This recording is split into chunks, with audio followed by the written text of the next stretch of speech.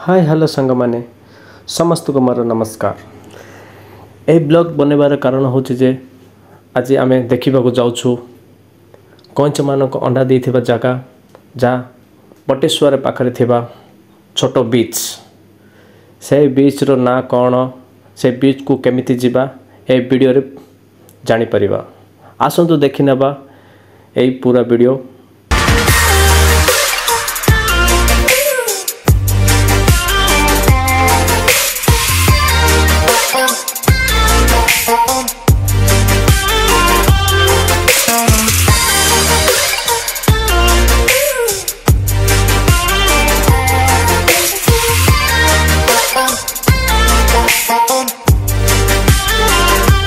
से बीच रो ना होची पद्मपेटा बीच।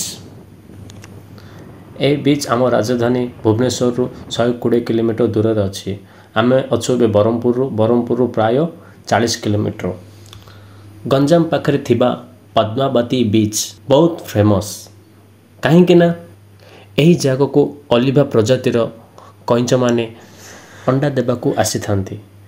यह देखा बहुत पर्यटक माने भिड़ लगती। वर्तमान आम पहुँची सारीचु से पद्मावती बीच पाखरे। से जगहटी किपर रही ए वीडियो रे पूरा देखू। आम वर्तमान चली चली जाऊँ से जगह को देखनी पूरा वीडियो।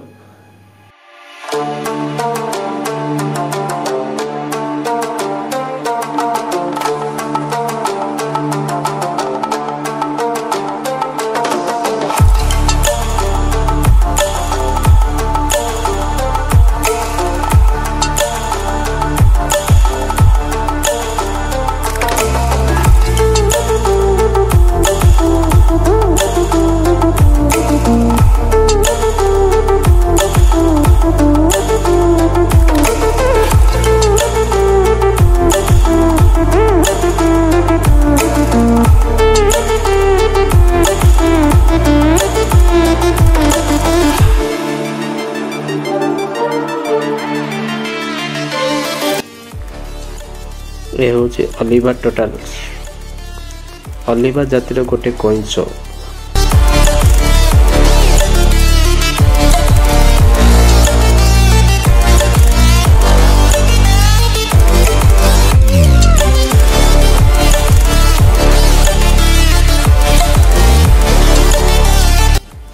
वर्तमान ए कंचटी अंडा देवाई समुद्र बाहर को आसी।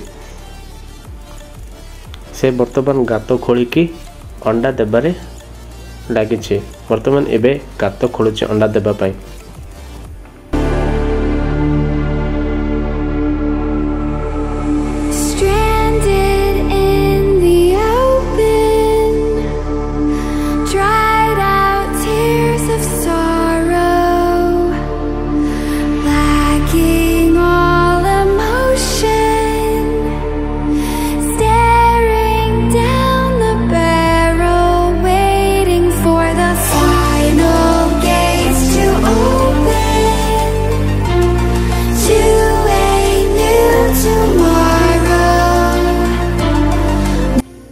वर्तमान तार गात खोलिबा प्रोसेस सरी जाइछि।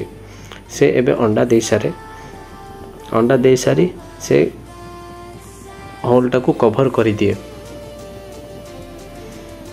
होलटा को कवर करी सारी वर्तमान से ता समुद्र को चली जाए।